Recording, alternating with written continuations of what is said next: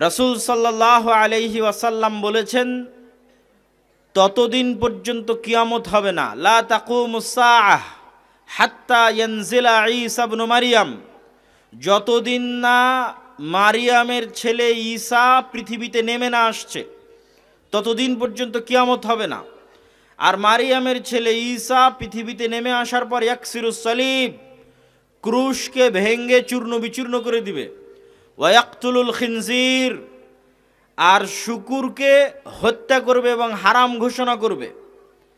আর সে পৃথিবীতে হাকামান মুকসিতা, ন্যায় বিচার প্রতিষ্ঠা করবে। বলেন আল্লাহু আকবার।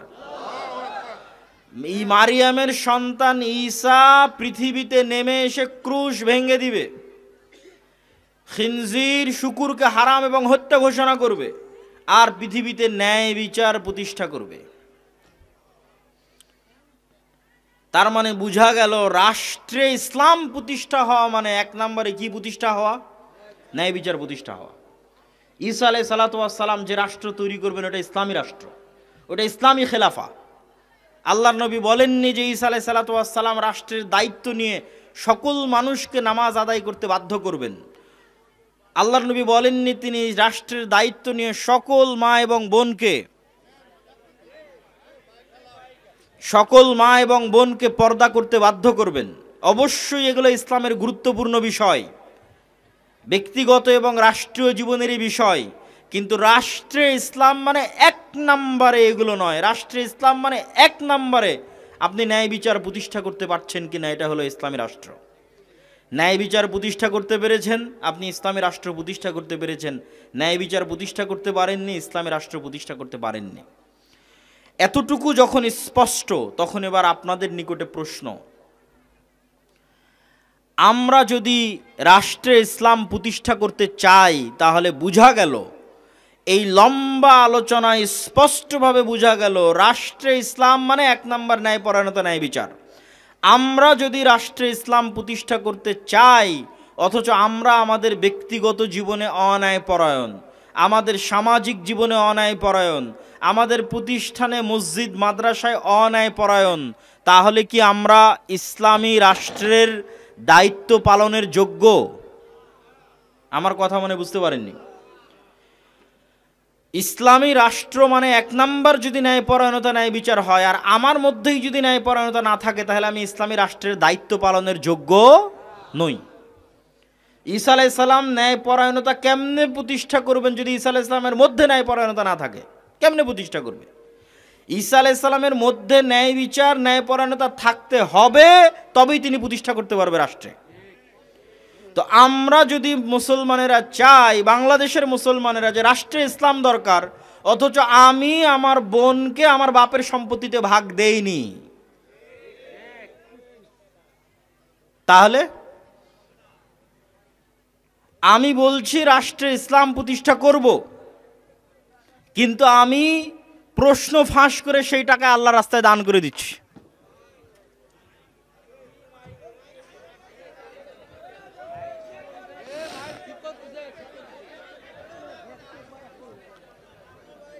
আমরা রাষ্ট্রে ইসলাম প্রতিষ্ঠা করতে চাচ্ছি, কিন্তু আমার নিজের মধ্যে ন্যায়পরায়ণতা প্রতিষ্ঠা করতে পারিনি। তাহলে যে মুসলিম নিজের মধ্যে ন্যায়পরায়ণতা প্রতিষ্ঠা করতে পারেনি সেই মুসলিম হচ্ছে মুনাফিক মুসলিম। এত বড় কথা বললাম, দলিল তো দিতে হবে। মুনাফিক মুসলিম দলিল, সালাসুন মান কুন্না ফিহ, তিনটা বৈশিষ্ট্য যার মধ্যে পাওয়া যাবে সে মুনাফিকান খালেসা, খাঁটি নির্ভেজাল মুনাফিক। আমি বলিনি, আল্লাহর নবী মুহাম্মদ সাল্লাল্লাহু আলাইহি সাল্লাম বলেছেন, কে ইদা হাদ্দাসা কাযাবা, যখন কথা বলে মিথ্যা বলে, ওয়াইদা ওয়াদা আখলাফা, ওয়াদা করে ভঙ্গ করে, ওয়াইদা তুমিনা খানা, তাকে যে দায়িত্ব দেওয়া হয়েছে, আমানত দেওয়া হয়েছে, আমানতের খেয়ানত করে। এবার মুসলমানদের সাথে মিলিয়ে নেন, আমাদের জীবনের সাথে মিলিয়ে নেন, যে আমাদের মতো এরকম লক্ষ কোটি হাজি, নামাজি, ওমরাকারী, দানবীর মুসলমান, কিন্তু মুনাফিক। কে মুনাফিক? যে তার বোনকে তার পিতার সম্পত্তিতে ন্যায়ের সাথে ভাগ দেয়নি, শুধু ভাগ দেয়নি না, ন্যায়ের সাথে দেয়নি, সে মুনাফিক। ন্যায়ের সাথে দেয়নি মানে যে জমি ধানি জমি সেটা নিজে নিয়েছে, যেটা ডোভা আবাদ হয় না সেটা বোনকে দিয়েছে, সে কি? মুনাফিক। তাকে আল্লাহ কোনোদিন রাষ্ট্রের দায়িত্ব দিবে? তাকে আল্লাহ কোনোদিন রাষ্ট্রের দায়িত্ব দিবে না। এই ধরনের মুসলমান আজীবন গোলাম থাকবে, কিয়ামত পর্যন্ত গোলাম থাকবে। কেন? রাষ্ট্রের দায়িত্ব নেওয়ার যোগ্যই তো হতে পারেনি, কেমনে যোগ্য হবে? তাহলে কে মুনাফিক? যে সকাল সন্ধ্যায় তার রুজির জন্য মিথ্যা বলছে। বাংলাদেশের এমন কোন সেক্টর নাই যেই সেক্টরে আমাদের মুসলমানেরা মিথ্যা বলতেছে না।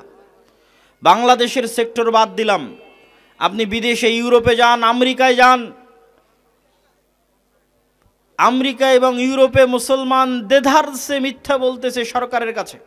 আমেরিকা এবং ইউরোপের সরকারের কাছে মিথ্যা বলতেছে সামান্য 2টা টাকার অতিরিক্ত উপকার নেওয়ার জন্য। আমরা মিথ্যুক জাতিতে পরিণত হয়েছি। আমাদের প্রতিটা ইনকামের সাথে মিথ্যা আছে, আমাদের প্রতিটা কাজের সাথে মিথ্যা আছে, আমাদের দায়িত্বের সাথে অন্যায় পরায়ণতা আছে, খেয়ানত আছে। তাহলে আমরা সালাত আদায় কেন করছি, সিয়াম পালন কেন করছি, হজ ওমরা কেন করছি? আমরা যে মুনাফিক, এই মুনাফিকিটা ঢাকার জন্য নামাজ পড়তেছি, এই মুনাফিকিটা ঢাকার জন্য হজ করতে গেছি, ওমরা করতে গেছি, এই মুনাফিকিটা ঢাকার জন্য মুখে দাড়ি রেখেছি, মাথায় টুপি দিয়েছি, যাতে মানুষ মনে করে আমি অনেক ভালো, কিন্তু বাস্তবে আমি আমার দায়িত্বে অন্যায় পরায়ণ। বাস্তবে আমি এক মিথ্যার উপর ভিত্তি করে আমার ইনকাম পরিচালিত হয়। বেশিরভাগ মুসলমানের একই অবস্থা। সম্মানিত উপস্থিতি, সম্মানিত উপস্থিতি, আমরা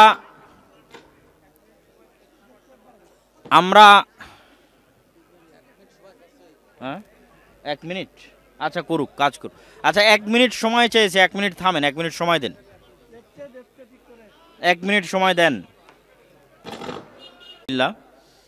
আমরা যে বিষয়ে আলোচনা করছিলাম যে রাষ্ট্রে ইসলাম এবং ইসলামী রাষ্ট্রের মূল্যবোধ কি, ইসলামী রাষ্ট্রের মূল্যবোধ বলতে গিয়ে আমরা আপনাদের সামনে তুলে ধরছি কেন আমরা মুসলমানেরা রাষ্ট্র ক্ষমতায় যাওয়ার অযোগ্য, আল্লাহ কেন আমাদেরকে রাষ্ট্র ক্ষমতা দিচ্ছেন না।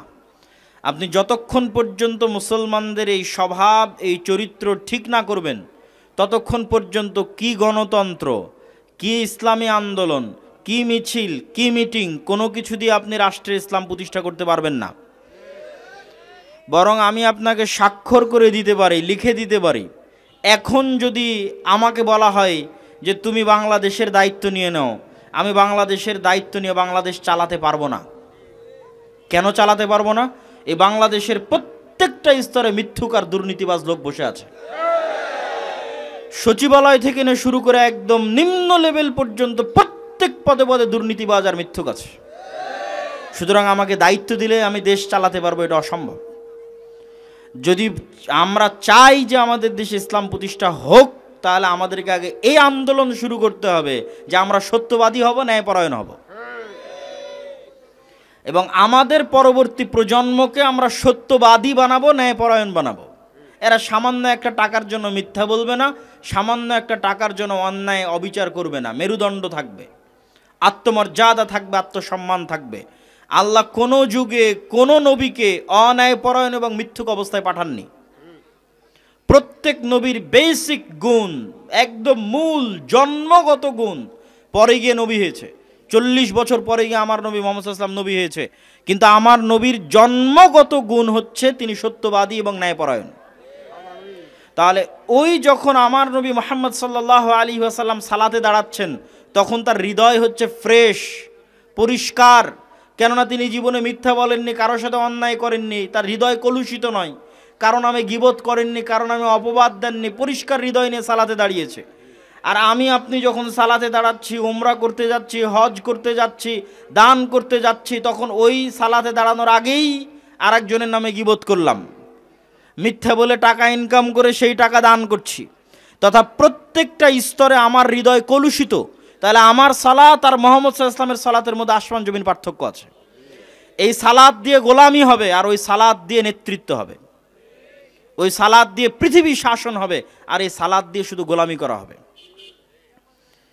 তো গোলামির শাসন থেকে মুক্তি পেতে চাইলে আগে নিজেদেরকে আত্মমর্যাদা সম্পন্ন হতে হবে। আর আত্মমর্যাদা সম্পন্ন হতে হলে 1 নাম্বার লাগবে হচ্ছে ন্যায়পরায়ণতা এবং সত্যবাদিতা। সম্মানিত উপস্থিতি, এবার আমরা ইসলামের দ্বিতীয় আরেকটি বিষয়, অর্থনৈতিক মূল্যবোধ, সেটি আপনাদের সামনে তুলে ধরি। ইসলামের অর্থনৈতিক মূল্যবোধ 2টি বাক্যের উপর দাঁড়িয়ে আছে, আল কানাআহ ওয়াল ইফফাহ,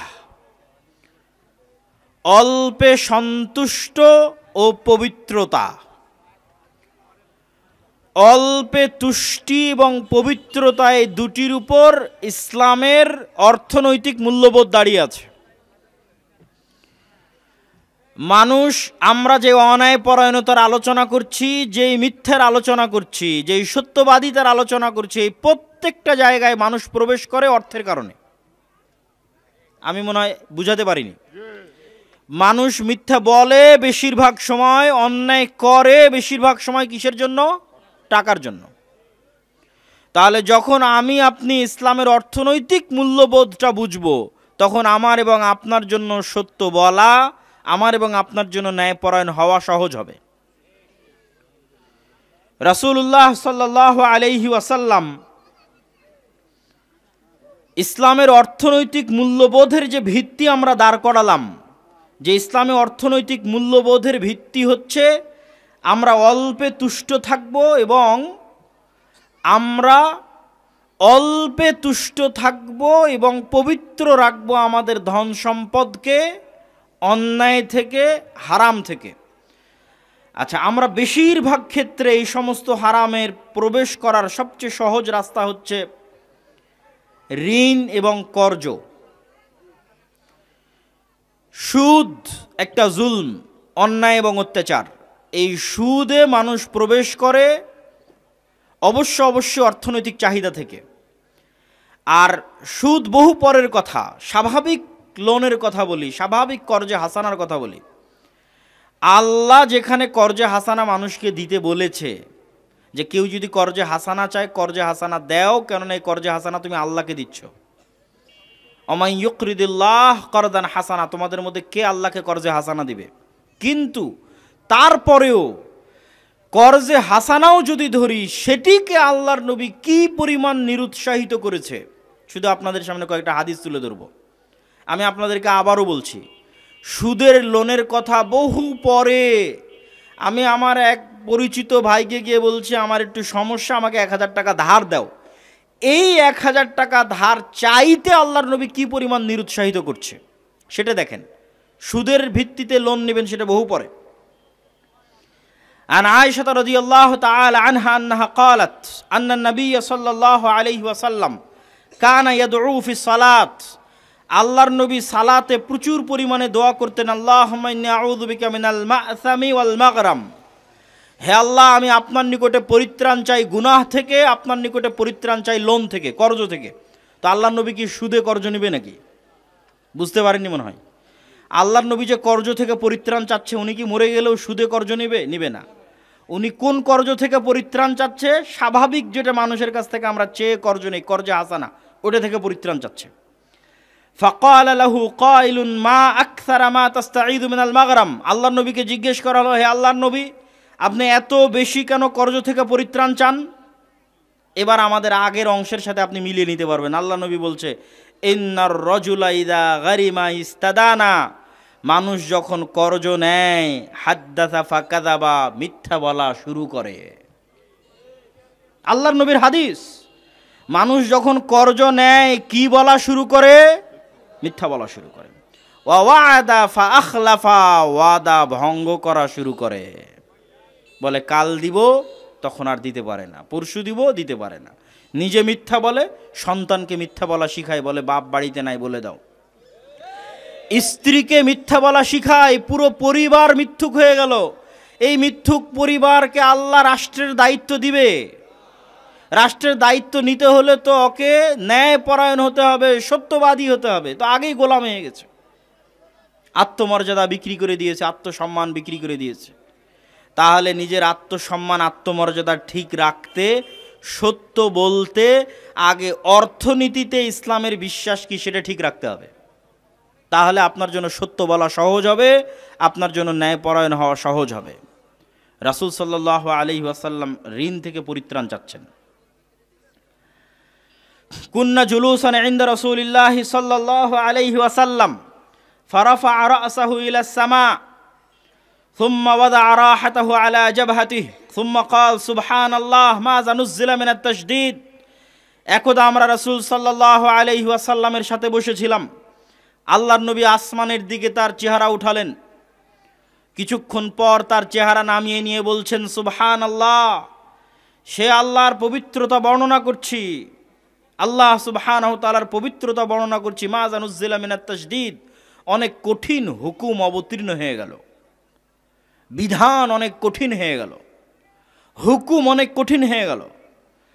ফাসাকাতনা ওয়া ফাজি'না, আমরা সাহাবীরা চুপ থাকলাম এবং ভীত সন্ত্রস্ত হয়ে গেলাম।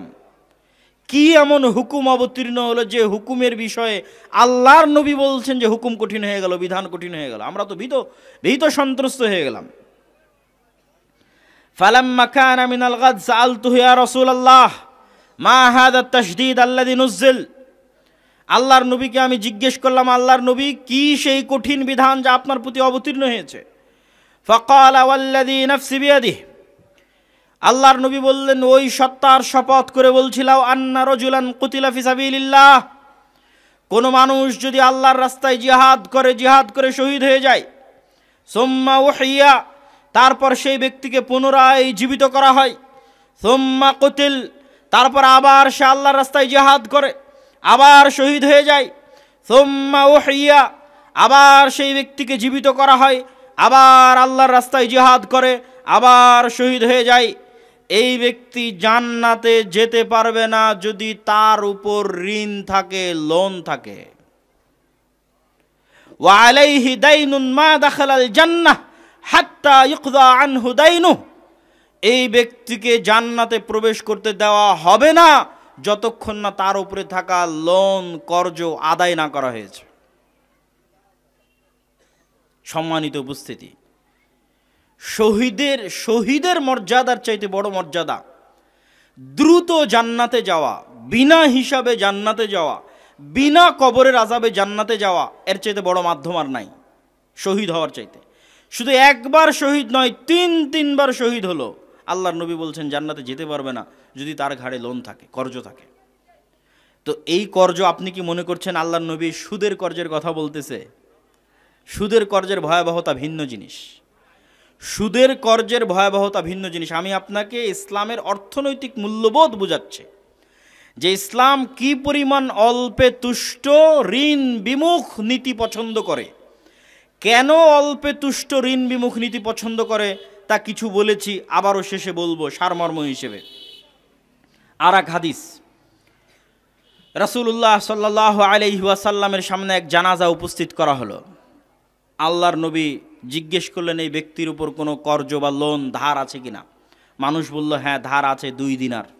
আল্লাহ নবী বললেন, কেউ যদি এই দায়িত্ব না নেয় তাহলে আমি এই ব্যক্তির সালাত আদায় করব না। তখন আবু কাতাদা তিনি দায়িত্ব নিলেন।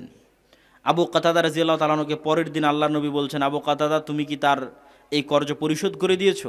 সে বলছে, কদ কাযাইতু, হ্যাঁ আল্লাহর নবী পরিশোধ করে দিয়েছি। আল্লাহ নবী বললেন, আন বারাদাত আলাইহি জিলদু, এখন তার চামড়া ঠান্ডা হলো। মানে ওই মৃত ব্যক্তি যে কবরে আছে সে এখন নাজাত পেল। কি নাজাত পেল সেটাও আর এক হাদিসে রাসূল সাল্লাল্লাহু আলাইহি ওয়াসাল্লাম স্পষ্ট করবে। আমি শুধু বলি, আপনারা শুধু শুনতে যান। ওয়া আন সাওবান রাদিয়াল্লাহু তাআলা আন, সাওবান রাদিয়াল্লাহু তাআলা আনহু থেকে বর্ণিত, তিনি বলেন, قال رسول الله صلى الله عليه وسلم من مات وهو بريء من ثلاث, যে ব্যক্তি মারা গেল আর এমত অবস্থায় যে সে 3টা জিনিস থেকে মুক্ত। এক, তার অন্তরে অহংকার ছিল না, অহংকার থেকে মুক্ত। ওয়াল গুলুল, কারো কোনোদিন ধন সম্পদ আত্মসাৎ করেনি, এটা থেকে মুক্ত। ওয়াদ-দাইন, লোন থেকে মুক্ত। দাখালাল জান্নাহ, সে জান্নাতে চলে যাবে। যে ব্যক্তি মৃত্যুবরণ করলো এমত অবস্থায় যে তার অন্তর অহংকার থেকে মুক্ত, এমতো অবস্থায় যে অন্যের সম্পদ জোরপূর্বক বা ধোকা দিয়ে, ফাঁকি দিয়ে, মিথ্যা দিয়ে গ্রহণ করেনি, এমতো অবস্থায় যে কারো কাছে লোন করে রেখে যায়নি, ঋণ করে রেখে যায়নি, দাখালাল জান্নাহ, সে জান্নাতে চলে যাবে। আর ওই হাদিসে যে আল্লাহ নবী বলল, ও তুমি ওর 2 দিরহাম আদায় করে দিয়েছো, এখন তার চামড়া ঠান্ডা হলো, সেটার অর্থ কি? এই হাদিসে আসছে। আবু হুরায়রা রাদিয়াল্লাহু তাআলা আনহু থেকে বর্ণিত, তিনি বলেন রাসূল সাল্লাল্লাহু আলাইহি ওয়াসাল্লাম বলছেন, নাফসুল মুমিন মুআল্লাকাতুন, একজন মৃত মুমিনের আত্মা ঝুলন্ত থাকে তার লোনের সাথে, তার ঋণের সাথে, হাত্তা ইউকদা আন, যতক্ষণ না তার পক্ষ থেকে কেউ ওই লোন এবং ঋণ আদায় না করে দিচ্ছে ততক্ষণ পর্যন্ত তার আত্মা ঝুলন্ত থাকে। এটির কথাই রাসূল সাল্লাল্লাহু আলাইহি ওয়াসাল্লাম ওই হাদিসে বলেছেন। সম্মানিত উপস্থিতি, রাসূলুল্লাহ সাল্লাল্লাহু আলাইহি ওয়াসাল্লাম আমাদেরকে অসংখ্য দোয়া শিখিয়েছেন, যে প্রত্যেকটা দোয়ার মধ্যে তিনি লোন থেকে, ধার থেকে, কর্জ থেকে রাসূলুল্লাহ সাল্লাল্লাহু আলাইহি ওয়াসাল্লাম পরিত্রাণ চেয়েছেন। যেমন একটা দোয়া আপনারা জানেন, আল্লাহুম্মা ইন্নী আউযু বিকা মিনাল হাম্মি ওয়াল হুজনি ওয়া আউযু বিকা মিনাল আজজি ওয়াল কাসলি ওয়া আউযু বিকা মিনাল জুবনি ওয়াল বুখলি ওয়া আউযু বিকা মিন গালাবাতিদ দাইনি ওয়া কাহরির রিজাল। হে আল্লাহ, আমি আপনার নিকটে পরিত্রাণ চাচ্ছি দুশ্চিন্তা থেকে। হে আল্লাহ, আমি আপনার নিকটে পরিত্রাণ চাচ্ছি অলসতা থেকে। হে আল্লাহ, আমি আপনার নিকটে পরিত্রাণ চাচ্ছি অক্ষমতা থেকে। হে আল্লাহ, আমি আপনার নিকটে পরিত্রাণ চাচ্ছি ভীত হওয়া থেকে, যেন আমি সাহসী হই। হে আল্লাহ, আমি আপনার নিকটে পরিত্রাণ চাচ্ছি কৃপণতা থেকে, যেন আমি মানুষকে দিতে পারি। এবার কি বলছেন? হে আল্লাহ, আমি আপনার নিকটে পরিত্রাণ চাচ্ছি লোন থেকে, যেন আমাকে কোনোদিন লোন ধার করতে না হয়। এই লোন, এই ধার সুদের নয়, স্বাভাবিক লোন, স্বাভাবিক ধারকে আল্লাহর নবী এত ভয় করছে।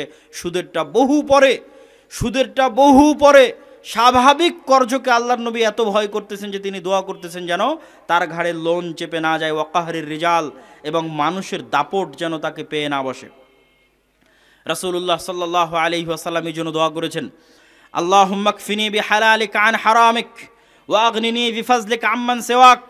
হে আল্লাহ, আমি আপনার হালাল মাধ্যমে, আপনার হালাল রুজির মাধ্যমে হারাম থেকে পরিত্রাণ চাই, ব্যবস্থা করে দেন। আমার জন্য হালালের ব্যবস্থা করে দেন, যেন হারামের দ্বার প্রান্তে আমাকে যেতে না হয়। হে আল্লাহ, আর আপনার মাধ্যমে আমি যথেষ্ট হতে চাই, যেন অন্যের মুখাপেক্ষী হতে না হয়।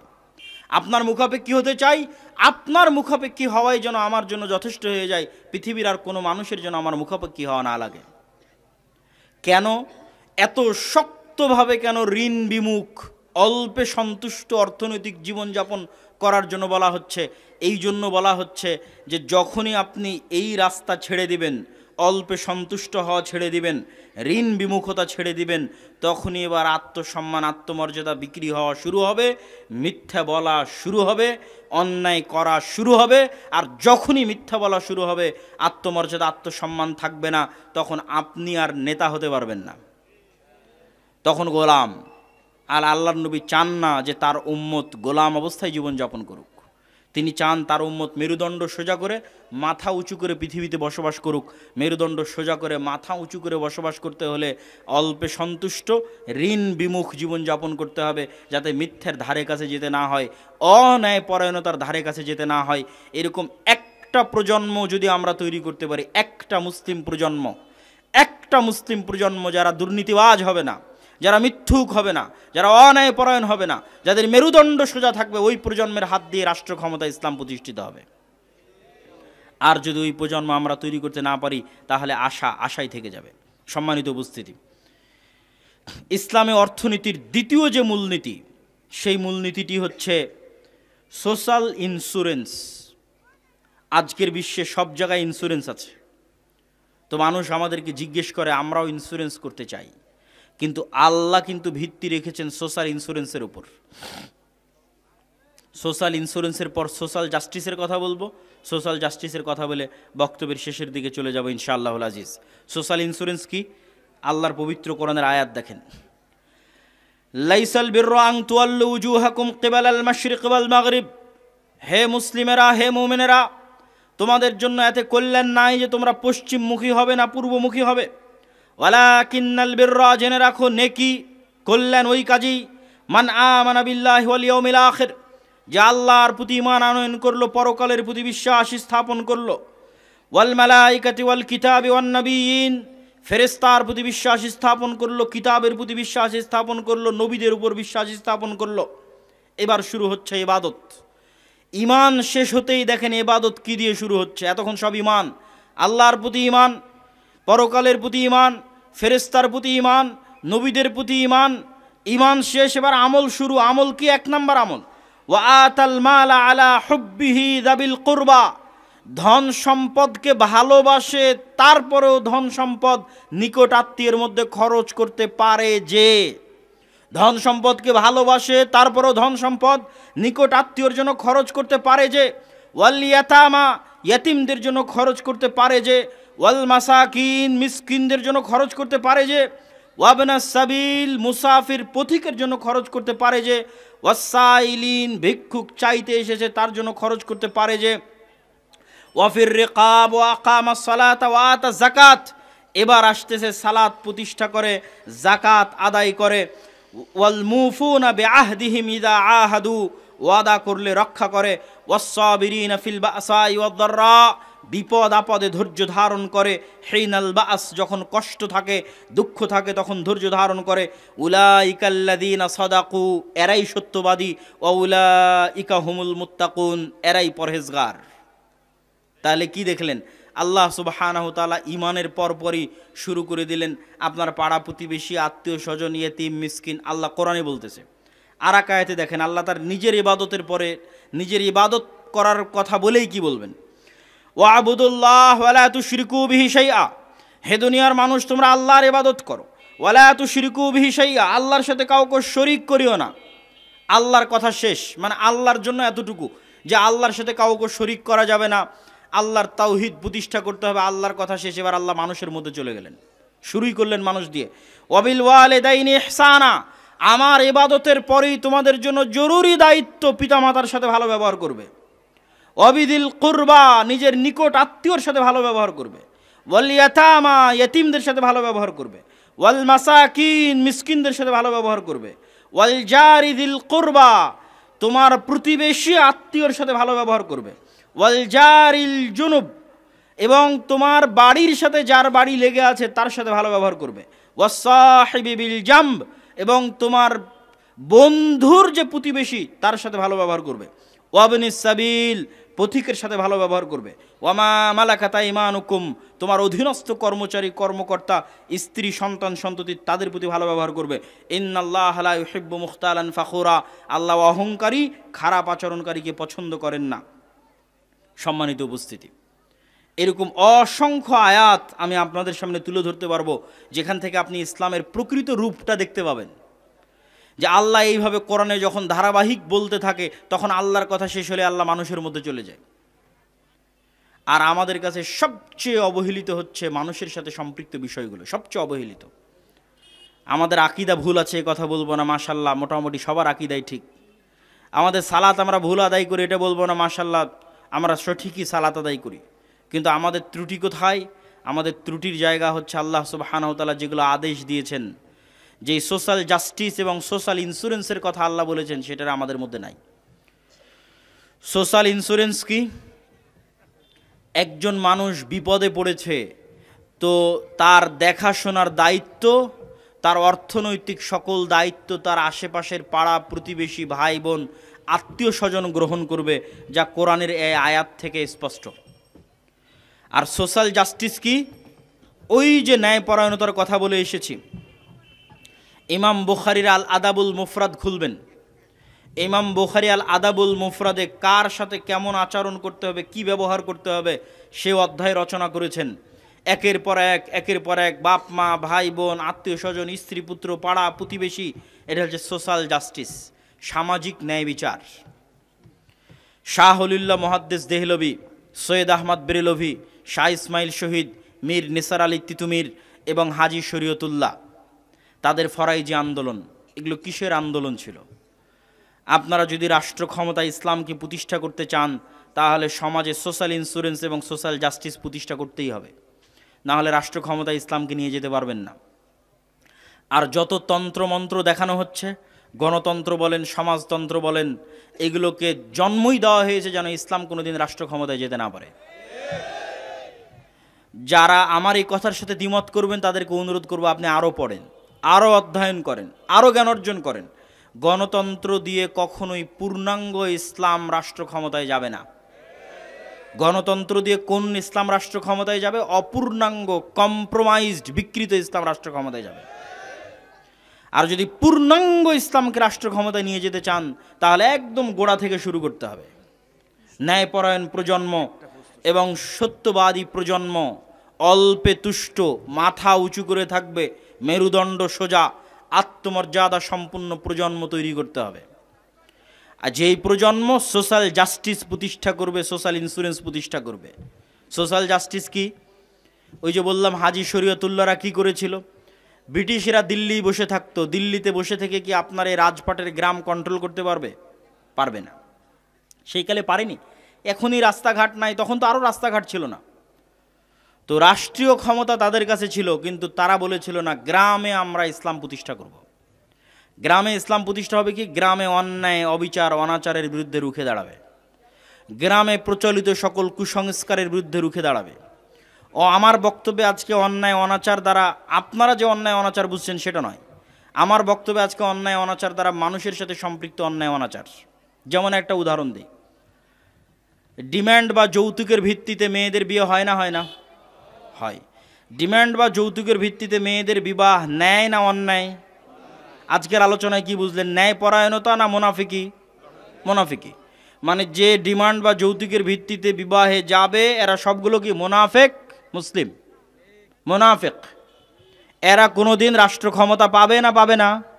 পাবে না। এরা আজীবন কি অবস্থায় থাকবে? গোলাম অবস্থায় থাকবে। কিন্তু সমস্যা কি? সমস্যা হচ্ছে ওই বিয়েতে যিনি বিয়ে পড়াচ্ছেন তিনিও যে মুসলিম, ইমাম, মসজিদের ইমাম, আলেম, হুজুর। তাহলে সোশ্যাল জাস্টিস বলতে আমি কি বুঝাচ্ছি? সামাজিক ন্যায় বিচার বলতে আমি কি বুঝাচ্ছি? সামাজিক ন্যায় বিচার বলতে আমি এটা বুঝাচ্ছি যে আল আমরু বিল মারুফ ওয়ান নাহি আনিল মুনকার, সৎ কাজের আদেশ, অসৎ কাজে বাধা। রাষ্ট্রে ইসলাম প্রতিষ্ঠা করতে চান, একদল যুবককে রেডি হতে হবে, একদল তরুণকে রেডি হতে হবে। যে গত 16 বছর যে ফেসিজম ছিল তারা এখন বিদায় নিয়েছে, নাই। এখন গ্রাম পর্যায়ে পাওয়ার, পলিটিক্যাল পাওয়ার শূন্যের কোঠায়। কিন্তু দুঃখজনক হলেও সত্য, আমাদের মেরুদণ্ড না থাকার কারণে, আমাদের ন্যায়পরায়ণতা না থাকার কারণে, আমাদের সত্যবাদিতা না থাকার কারণে, আমাদের দুর্নীতিগ্রস্ত হওয়ার কারণে 16 বছর একটা শক্তিশালী পাওয়ার বিদায় নেওয়ার পর আমরা নামকা অবস্থায় আর এক দলের কাছে ক্ষমতা দিয়ে দিচ্ছি। একইভাবে তারা আবার আগের মতো অন্য যে দল ছিল তাদের মতো চাঁদাবাজি শুরু করেছে, অন্যায় কার্যকলাপ শুরু করেছে, অবিচার শুরু করেছে। কিন্তু আপনাদের মেরুদণ্ড নাই, সত্য বলেন না, ন্যায় প্রতিষ্ঠা করেন না, ফলত আপনারা আজীবন গোলাম থাকবেন। আর যদি গোলামি থেকে মুক্তি পেতে চান ওই হাজি শরীয়তুল্লাহর পদ্ধতি অবলম্বন করতে হবে। তোমার ক্ষমতা কেন্দ্রে থাক, আপনারা 10 জন মিলে গ্রামে তো অন্তত ন্যায় বিচার প্রতিষ্ঠা করতে পারেন। আপনি বাড়ি করবেন তো ইট আর একজন নির্দিষ্ট ব্যক্তির মাধ্যমেই কেন আনা লাগবে? কেন আনা লাগবে? আমি ফ্যাক্টরি দিব তো একজন ব্যক্তিকে কেন চাঁদা দেওয়া লাগবে? কেন? গত 16 বছর দিয়েছেন, এখন কেন দিবেন? এখন কেন মাথা উঁচু করে প্রশ্ন করতে পারছেন না? এখনো কেন চুপচাপ মুখ বেজে অন্যায় এই জুলুমগুলো সহ্য করছেন? রাষ্ট্রে ইসলাম মানে ন্যায় বিচার, রাষ্ট্রে ইসলাম মানে ন্যায় পরায়ণতা। যে চায় যে রাষ্ট্রে ইসলাম প্রতিষ্ঠা হোক, ওকে আগে ওর সমাজে, ওর গ্রামে ন্যায় বিচার প্রতিষ্ঠা করতে হবে। সম্মানিত উপস্থিতি, এই জন্য মসজিদ মাদ্রাসার ইমাম, মসজিদ মাদ্রাসার শিক্ষক, ইসলামপন্থী যুবক তরুণ, তাদেরকে সজাগ হতে হবে। এখন সময়, এখন পাওয়ার শূন্য, আপনি শক্ত হয়ে দাঁড়ালেই কেউ বাধা দেওয়ার নাই। আর যদি মাথা নত করে এইভাবে অন্যায় অবিচার সহ্য করেন, নিজেরাও এইভাবে অন্যায় অবিচার করেন, তাহলে অযথা মুখে লিল্লাহে তাকবীর, আল্লাহু আকবার, রাষ্ট্রে ইসলাম, ইসলামী খেলাফা, এইগুলো বক্তব্য দিয়ে লাভ নাই। এই সালাত, এই সিয়াম মুনাফিকের সালাত এবং সিয়াম। আর মুনাফিকের সালাত এবং সিয়াম গোলামি ছাড়া আর কিছু দেয় না। মুনাফিকের সালাত এবং সিয়াম গোলামি ছাড়া আর কিছু দেয় না। যদি প্রকৃত সাচ্চা মুসলমান মাথা উঁচু করে দাঁড়িয়ে থাকবে, নবীদের মতো, সাহাবীদের মতো, ওমরের মতো, খালিদ ইবনে ওয়ালিদের মতো, তাহলে সত্য বলতে হবে, ন্যায়পরায়ণতা প্রতিষ্ঠা করতে হবে। নিজ নিজ জায়গা থেকে নিজে ন্যায়পরায়ণ হবেন, সমাজে ন্যায়পরায়ণতা প্রতিষ্ঠা করবেন, প্রত্যেক অন্যায় এবং অবিচারের বিরুদ্ধে রুখে দাঁড়াবেন। আল্লাহ সুবহানাহু ওয়া তাআলা আমাদেরকে তৌফিক দান করুক, আল্লাহুম্মা আমিন। এই বলে আমি আমার সংক্ষিপ্ত বক্তব্য আজকের মতো এখানেই শেষ করছি। ওয়া আখিরু দাওয়ানা আনিল হামদুলিল্লাহি রাব্বিল আলামিন। আসসালামু আলাইকুম ওয়া রাহমাতুল্লাহি ওয়া বারাকাতুহু।